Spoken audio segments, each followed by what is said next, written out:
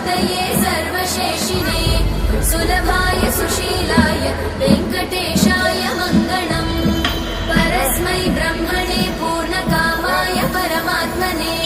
प्रयुञ्जे परतत्त्वाय वेङ्कटेशाय मङ्गलम् आकालतत्त्वमशान्तमात्मनामनुपश्यताम्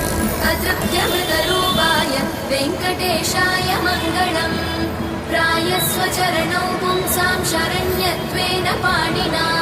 कृपया दिशते श्रीमद् वेङ्कटेशाय मङ्गलम् दयामृततरङ्गिण्यास्तरङ्गैरिव शीतलैः अपाङ्गैः सिञ्चते विश्वं वेङ्कटेशाय मङ्गलम्